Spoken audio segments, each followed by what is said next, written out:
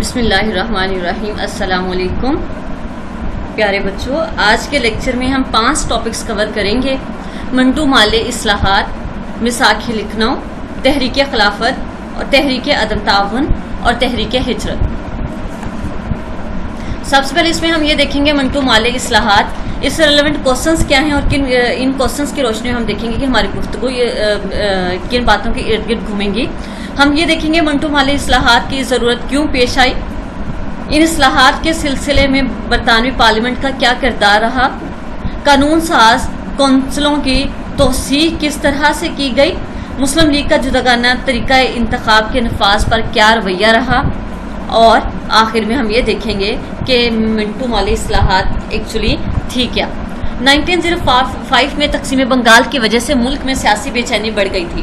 پچھلے لیکچر میں آپ پڑھ چکے بڑی ڈیٹیل سے کہ تقسیم بنگال ایکچولی کیا تھا اور اس سے مسلمانوں کے لیے سیاسی کیریئر کیا رہا تھا اور ہندوؤں کے لیے کیا رہا تھا، اور اس میں سیاسی بے چینی کس طرح سے بڑھی تھی کہ مسلمان اس سے مایوس ہو گئے تھے اور ہندو اس پہ اشتعال انگیز رویہ رہا تھا ہندوؤں کا۔ ہندو اور مسلمان ایک دوسرے سے بیزار ہوتے جا رہے تھے۔ ہندو اور مسلمان کے ایک دوسرے سے بیزار ہونے کی ریزن یہ تھی 1905 تقسیم بنگال برطانوی پارلیمنٹ کے کہنے پہ ہوا۔ برطانوی پارلیمنٹ نے کیا، اپنے ایک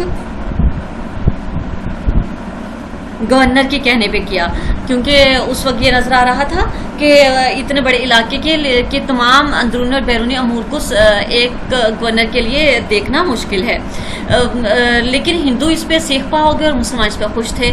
ہندوؤں نے شدید قسم کا رد عمل ظاہر کیا۔ اس رد عمل کو دیکھتے ہوئے برطانوی پارلیمنٹ نے تقسیم بنگال کو منسوخ کر دیا۔ منسوخ کرنے سے یہ ہوا کہ ہندو پھر سے خوش ہو گئے اور مسلمان پھر سے ناخوش ہو گئے۔ یہ وہ وجہ تھی جو ہندو اور مسلمان ایک دوسرے سے بیزار ہونے لگے۔ اب ان حالات کی نزاکت کو بھانپتے ہوئے وزیر ہند مسٹر مالے اور گورنر جنرل لارڈ منٹو نے مل کر ہندوستان کے لیے کچھ اصلاحات مرتب کی۔ برطانوی پارلیمنٹ نے ان اصلاحات کے بل کو انڈین کونسلز ایکٹ 1909 کے نام سے پاس کیا۔ عام طور پر ان اصلاحات کو منٹو مالے اصلاحات کا نام دیا جاتا ہے۔ اب ان اصلاحات کے تحت مرکزی اور صوبائی قانون ساز کونسلوں میں توسیع کر دی گئی اور ان کے ارکان کی تعداد میں اضافہ کیا گیا۔ جداگانہ انتخاب کا طریقہ رائج کرنے کی منظوری بھی دے دی گئی۔ مسلم لیگ نے جداگانہ طریقہ انتخاب کے نفاذ کا خیر مقدم کیا اور اسے اپنی کامیابی قرار دیا۔ اب آپ کو کچھ یاد ہوگا 1906 میں جب شملہ وفد ٹاپک میں جب مسلمانوں کی مسلمانوں کے کچھ لوگ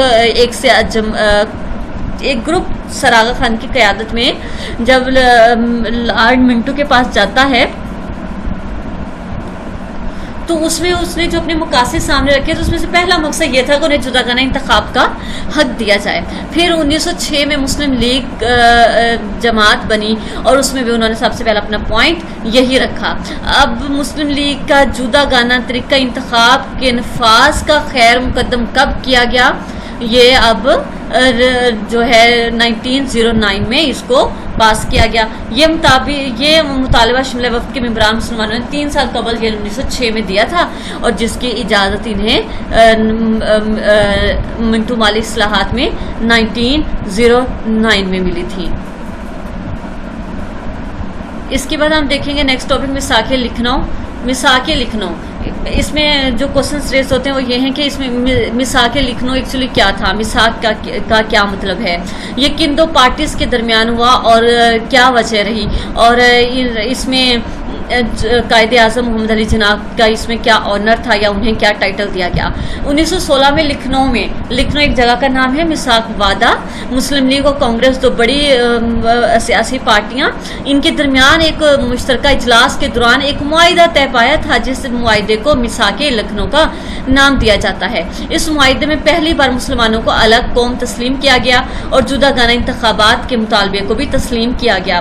اب آپ کو پھر سے یاد ہوگا جداگانہ انتخاب کا جو مطالبہ تھا مسلمانوں کے لیے کس قدر اہم تھا، کب سے اس کا مطالبہ کیا جا رہا تھا کہ ان کا یہ مطالبہ مانا جائے، اور کس سن میں آ کر 1909 میں آ کر اس کو مانا گیا۔ قبل ازیں 1909 میں بھی منٹو مالی اصلاحات اس مطالبے کو حکومت پہلے ہی تسلیم کر چکی تھی، یہ بھی آپ پڑھ چکے اوپر۔ مثال کے لکھنؤ کی بدولت قائد اعظم کو ہندو مسلم اتحاد کا سفیر قرار دیا گیا۔ اب ایک کوشچن کیا تھا کہ کیا ٹائٹل دیا گیا قائد اعظم محمد علی جناح کو، تو انہیں ہندو مسلم اتحاد کا سفیر قرار دیا گیا۔ نیکسٹ آ جاتے ہیں تحریک خلافت۔ اس میں کچھ کوشچنز ہیں وہ یہ بنیں گے کہ پہلی جنگ عظیم کب ہوئی، ترکی نے کس کا ساتھ دیا،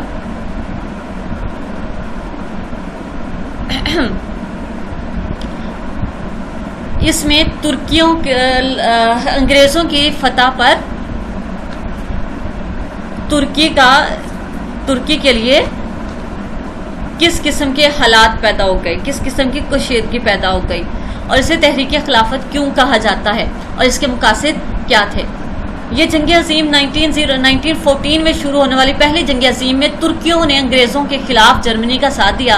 جنگ میں جرمنی اور اس کے حلیفوں کو شکست ہوئی۔ انہیں بظاہر لگتا تھا کہ انہیں فتح حاصل ہوگی، لیکن ایسا نہ ہوا۔ جنگ کے خاتمے پر انگریزوں نے اپنے حلیفوں کو ساتھ ملا کر ترکی کو سعودی عرب، شام، عراق، فلسطین اور اردن کے علاقوں سے محروم کر دیا، جس سے ترکی کا وجود خطرے میں پڑ گیا۔ یہ بہت بڑی ناکامی تھی اس وقت ترکی کے لیے کہ ان سے اتنے بڑے علاقے لینا تو کیا بلکہ ان سے چھین لیے گئے۔ اس طرح ترکی کی خلافت کو بچانے کے لیے برِ صغیر کے مسلمانوں نے 1919 میں ایک ملک گیر تحریک کا آغاز کیا۔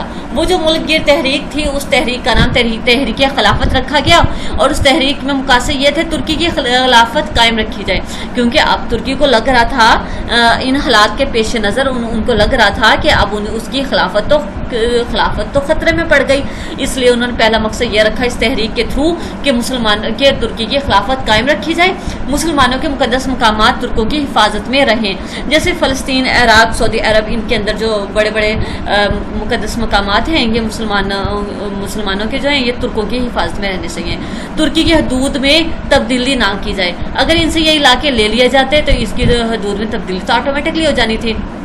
نیکسٹ ہے تحریک عدم تعاون۔ تحریک عدم تعاون بڑی چالاکی سے گاندھی نے کروائی تھی، اور اس تحریک کے تھرو اس نے درج ذیل پوائنٹ یا مقاصد پیچھے رکھے۔ ہاتھ اس کا تھا لیکن وہ استعمال جو ہے وہ کسی اور کا کر رہا تھا۔ اس نے مقصد یہ رکھا، اس تحریک کے مقاصد یہ تھے کہ حکومت کے ساتھ عدم تعاون کیا جائے۔ آپ جنگل میں رہ کر شیر سے لڑائی نہیں کر سکتے ہو، آپ ایک جگہ پہ رہ کر وہاں کی حکومت کے ساتھ، وہاں کی پارلیمنٹ کے ساتھ سرے بازار جنگ نہیں کر سکتے ہو۔ اب حکومت کے ساتھ عدم تعاون کا مطلب یہی ہوتا ہے کہ آپ کھلے عام ان سے جنگ کرو، اور یہ بہت بڑا ایک ڈرا بیک تھا۔ سرکاری ملازمتوں کو ترک کرنا، یہ بھی بہت بڑی بات تھی کہ گورنمنٹ کی دی ہوئی نوکریوں کو چھوڑ دینا۔ فوج میں مسلمانوں کا بھرتی نہ ہونا، کہ مسلمانوں کو فوج میں بھرتی ہونے سے روکا جائے۔ انگریزی مصنوعات کا بائیکاٹ، عدالتی بائیکاٹ، بچوں کو اسکولوں اور کالجوں میں نہ بھیجنا، اور انگریزوں کے عطا کردہ خطابات واپس کرنا، چونکہ انگریزوں نے دیے ہوئے تھے اور انگریزوں کو ہی واپس کرنے تھے، حکومت جو ان کی تھی۔ نیکسٹ ہے تحریک ہجرت۔ تحریک ہجرت میں کیا ہوا کہ ہجرت کے نام سے آپ کو پتا ہے کہ مائیگریشن یعنی ہجرت موومنٹ، اس میں یہ ہوا کہ 1920 میں چند علماء کرام نے یہ فتویٰ جاری کر دیا کہ اب برِ صغیر، چونکہ برِ صغیر پاک و ہند یعنی کہ وہاں پہ اب لڑائی جھگڑے آپ کو پتا ہے، جیسے آپ پچھلے لیکچرز میں پڑھ چکے کہ حالات اس قدر کشیدہ ہو گئے تھے۔